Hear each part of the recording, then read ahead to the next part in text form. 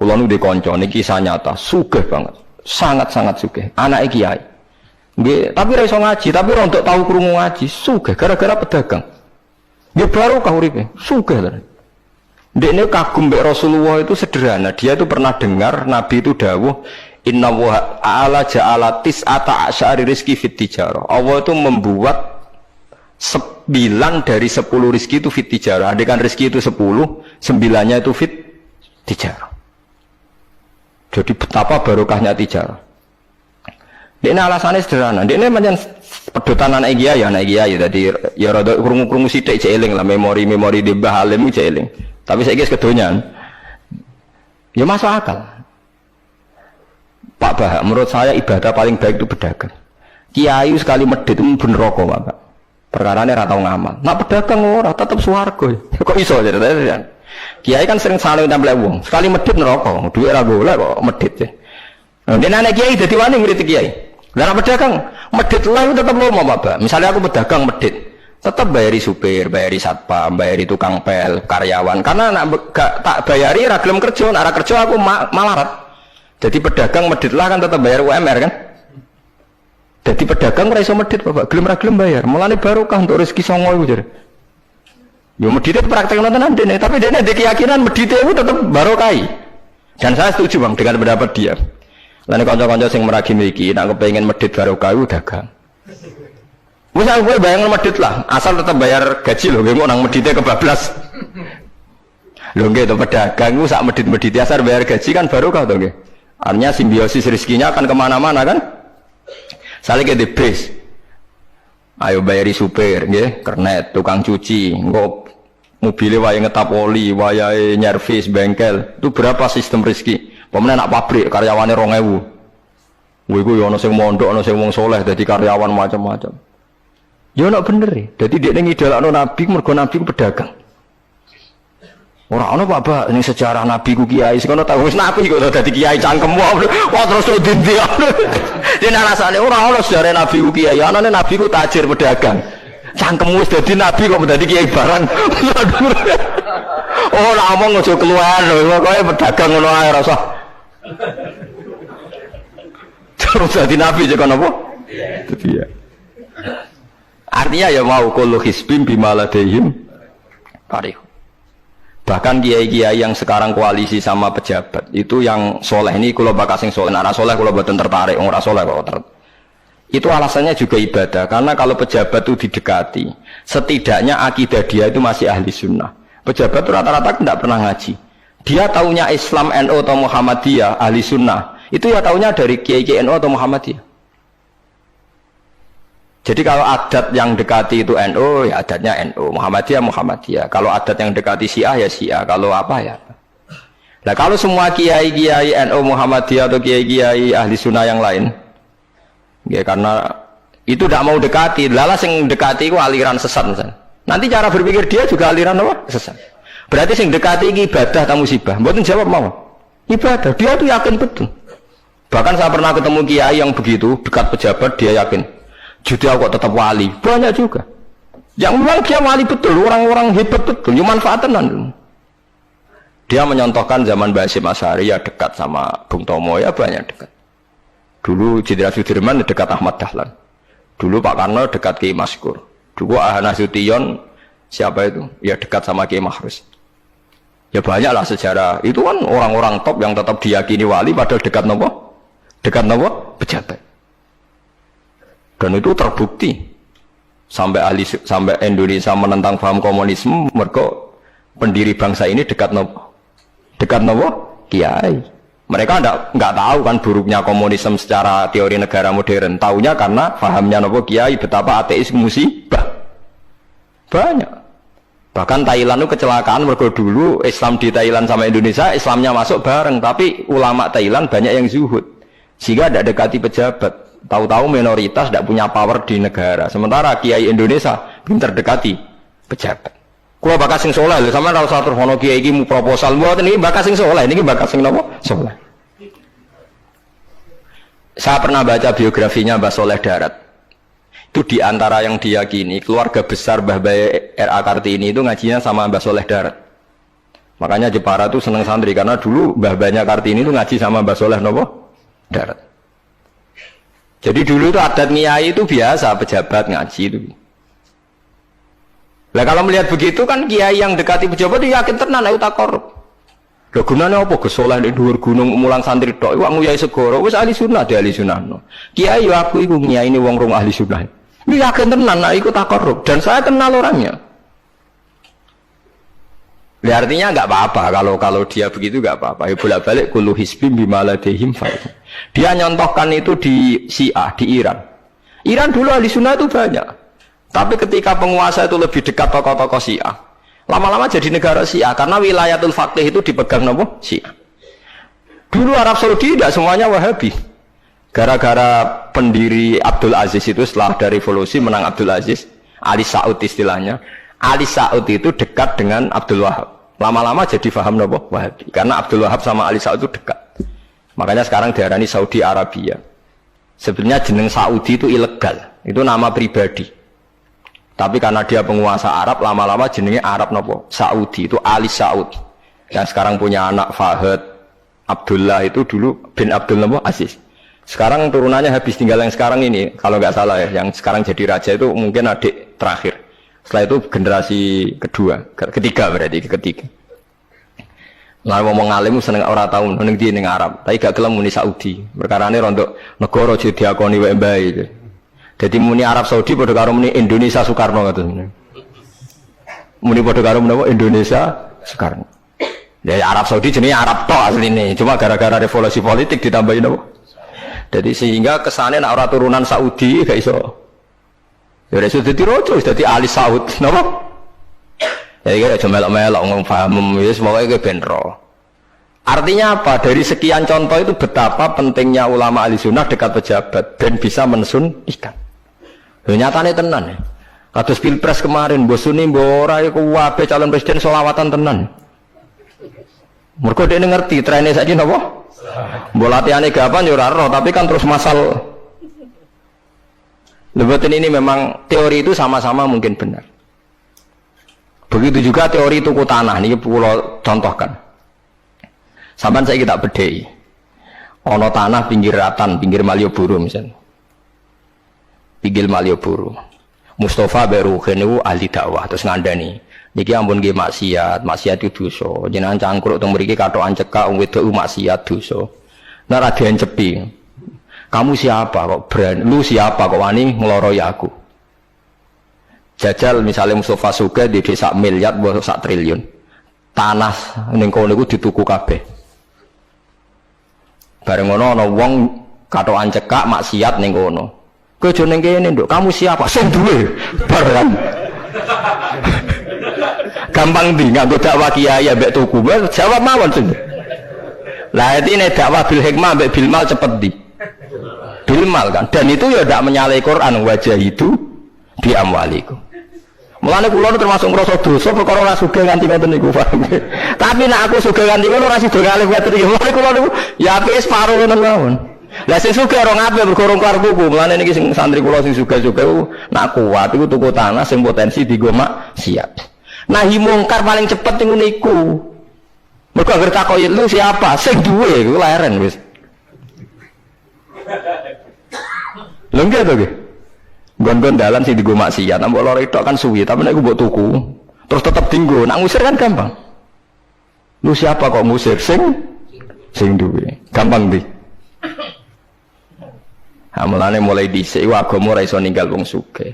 Bilal iku melarat. Dadine wali mergo melarat sabar ning tauhid. Tapi sing nyelametno donyane Abu Bakar. Dadi pancen mlakoni agama yo kombinasi melarat ambek sugih. Mulane sing melarat ora usah ndonga sugih perkara iki nggo kombinasi wae. Tapi nek wis bosen banget yo oleh lah maksudnya iki. Nah ndonga enten awake Gusti contoh melarat mboten kula nggih mun wonten lho Gusti. Kadose ndak mendesak harus saya, ndak mendesak harus apa? Saya. Kita kula mun suwi yo Gusti dadi contoh menapa? Paham ya, terus nahi mungkar niku nggih wonten istihade dadi.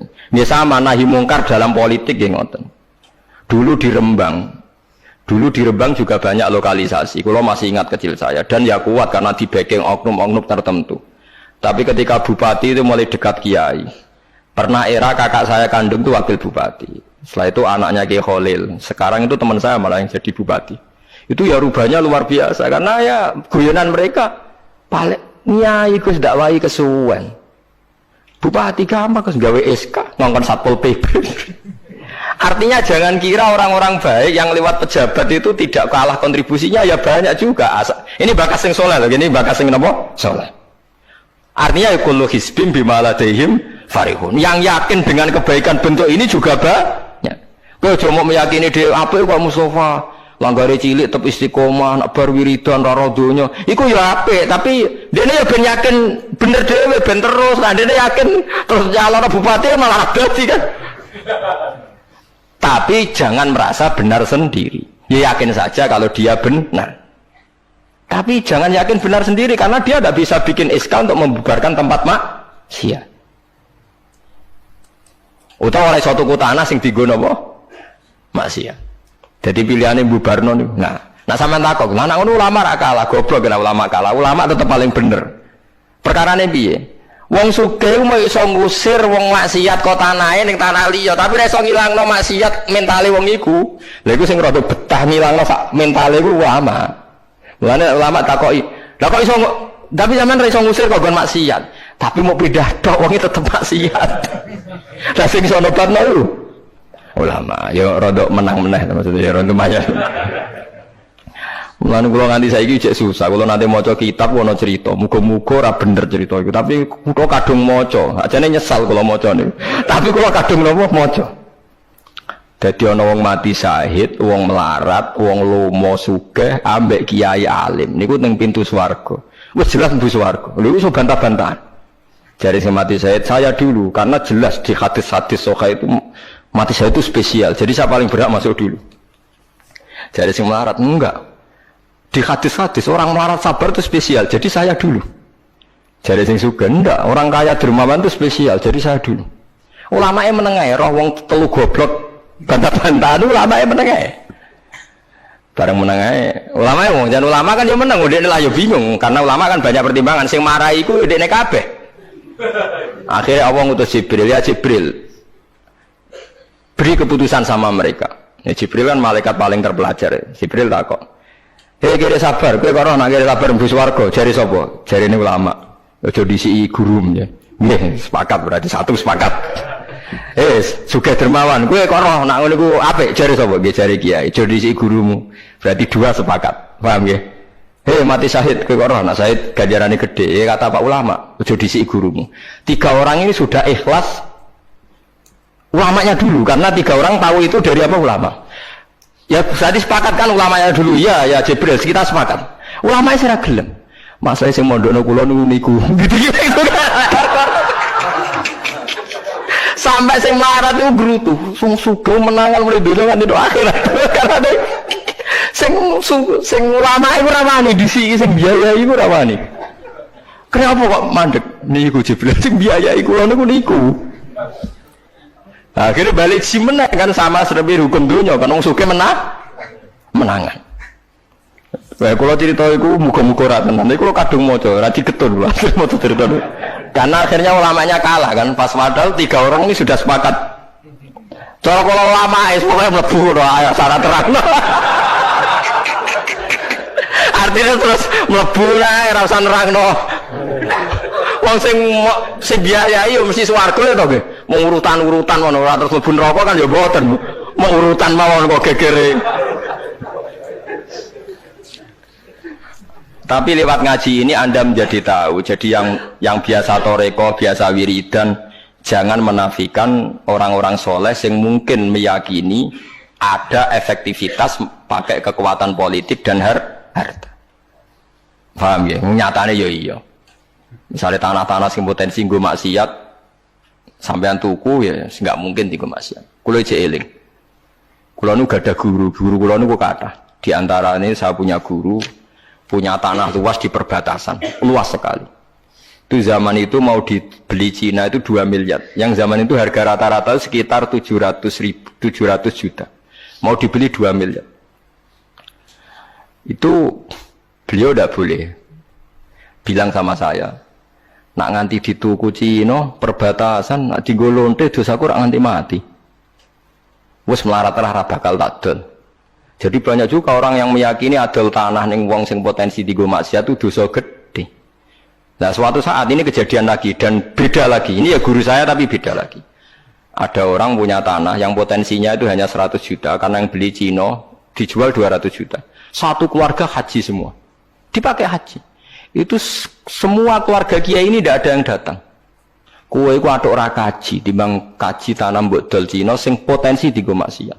Tangisan deh. Dibatal ora iso. Artinya banyak juga orang yang punya strategi sampai begitu, nganggep begitu itu jihad, menguasai tanah itu apa? Jihad. Karena dengan kita kuasai untuk sujud ya kita, yang taat ya kita, mengendalikan untuk apa juga kita. Oke, dengan kita punya kan mengendalikannya ya kita, untuk apa ya kita. Dengan tidak punya, ya tidak kita kan. Nah, ada cerita kan terus wong melarat ke atas kulo rugen kan musibah tenan. Wong kulo yo ora tau duwe akeh. Tapi masalahnya kulo rapati nyesal. Misalnya kulo niku kan terus lewat jalur ulama. Sing nyesal kan rugen. Jalur apa terus? Wiridan kan, wiridan ra kuat suwe kodho kulo. Kulo dijajahi toriko ora tau tak lakoni Gus. Kulo nak wiridan mboten apa betah. Terus jalur apa? Kene sabar mau kan. Lah iku kudu ikhlas kalah meneh ning swarga, paham ya? Mereka kok kiai ini ya disekna sapa? Wong sugih. Tapi cerita itu ya aku ya ora percaya tapi masuk akal. Kulo niku ya wah. Sampeyan percaya gak? Ibu ora roh mawon niku terus kulo ibu ora roh. Jadi niki ngaji penting nggih ben boten falatusaku anfusakum wong ora usah sok suci. Kebenaran toreko itu ya benar, orang fikih ya benar, orang wiridan yang benar. Tapi sebetulnya mungkin pejabat yang kita kira dekat dengan syubhat itu juga banyak amalnya kan, karena mereka bisa bikin SK berapa ratus tahun doli gara-gara SK-nya wali kota iso dibubar. Sama tak ceritani, anaknya Yusuf Qaradawi yang terkenal ngarang fiqh zakat itu akrab sama Sutioso. Saya dulu itu ikut proses menerjemah fiqh zakat. Memang saya ada orang politik juga enggak orang kaya, tapi saya ikut proses. Hanya saya di antara tim yang ikut menerjemah. Itu gara-gara dekat kiai itu Sutioso memutuskan Kramat Tungkak. Itu dulu kan tempat prostitusi terbesar juga. Sekarang dirubah jadi Islamic Center. Itu baru kayak kiai tak pejabat. Pejabat karena pejabat yang punya SK. Tapi fungsi ini kiai ibu hilang no pejabat roh pentingnya ngono itu dikandani kiai. Lah sirang mlebu kan rugen tok kan berarti jalur karena mulane kene kudu tunduk aku. Ini kan masalah engko ning akhirat ya tetep kalah ya harus saiki persiapan paham ya. Ya persiapan bu swarga wae tapi ora usah nomor apa? Ora nomor Arab. Jadi kurang contohnya Kramat Tungkak itu yang bisa memusnahkan itu ya dulu ketika Sutioso gubernur dan dia dekat sama anaknya Yusuf Qaradawi terus punya fiqh zakat. Lama-lama fiqh zakat jadi tren. Sampai di Jakarta ada Basnas, ada rumah zakat. Sekarang di Jogja ada Lazis, ada macam-macam. Baru kayak trennya figus. Dulu zakat itu enggak jadi kebutuhan, tapi setelah jadi tren, saya ingin orang zakat itu izin. Banyak pegawai-pegawai itu yang enggak sholat tapi zakat. Jadi takutnya kenapa? Tren Pak Ba izin. Jadi. Kesannya kok antisosial. Jadi kesannya anti apa? Mulane kula kadang nggih. Makanya bapak dulu. Bapak itu anak pertama itu disekolahkan, ya sempat jadi pejabat. Yaitu sirinya kenapa Mbah Hasyim Asari Salim itu Gus Wahid kan belajar bahasa Belanda sampai Inggris. Awal-awal zaman Gus Wahid jadi menteri agama. Andai kan Gus Wahid tidak menteri agama, mungkin cara berislam Indonesia tidak sunni. Karena Gus Wahid pertama jadi menteri terus jadi ahli sunnah. Lama-lama sekarang jadi tren menteri agama Indonesia harus ahli sunnah. Nah gak itu ora pantes. Mendisi-disi harus apa? Ahli sunnah.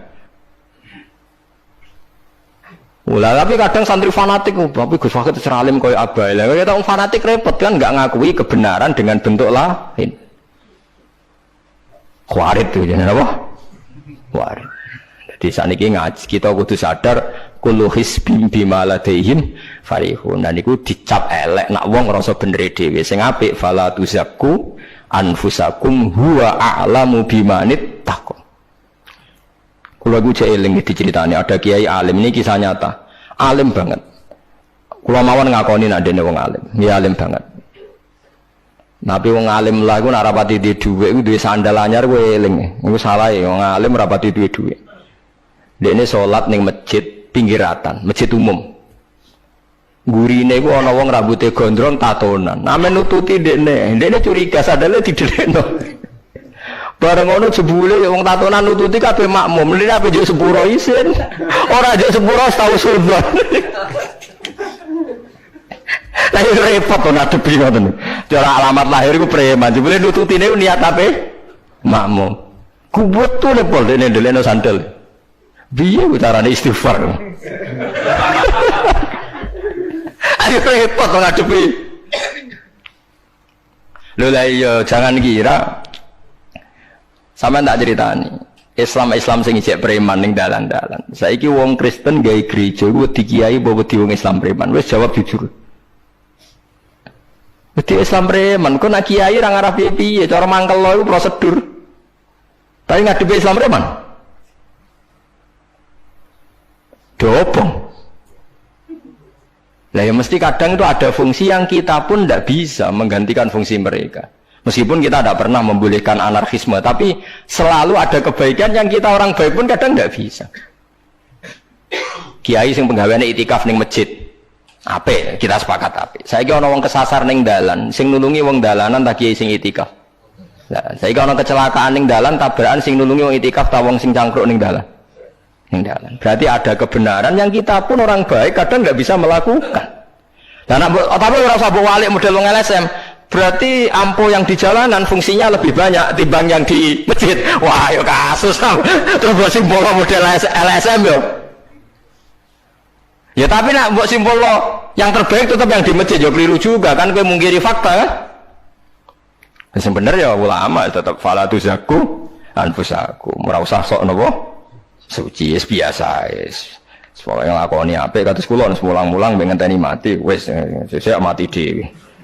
Ora wae mati apa? Mati dhewe. Mun kula terusno kita terus eling-eling menapa? Kula hisbim bimaladehim napa? Farihun. Bal qulubuhum balik utawi atine kufar, ayil kufaru tegese utawi atine wong kafir fi humratin ing dalam kebodohan jalat indiksi kebodohan. Min hadza saking ikilah Quran. Wong kafir ku blas gak gelem pahami Quran. Walahum lan tetep kedue kafir amal te ana kelakuan min dini dalika kang ora kelakuan sing kaya dilakoni wong mukmin. Dadi wong kafir wis ora paham Quran duwe kelakuan sing elek sing ora padha mek sing dilakoni wong mukmin. Ilmu kuri kang disebut mukminin akeh pira-pira mukmin. Hum kang te kufar lah maring amal wa amiluna iku nglakoni kabeh. Fa yu'adzabuna mongko den siksa sapa kufar alih ing atase amal.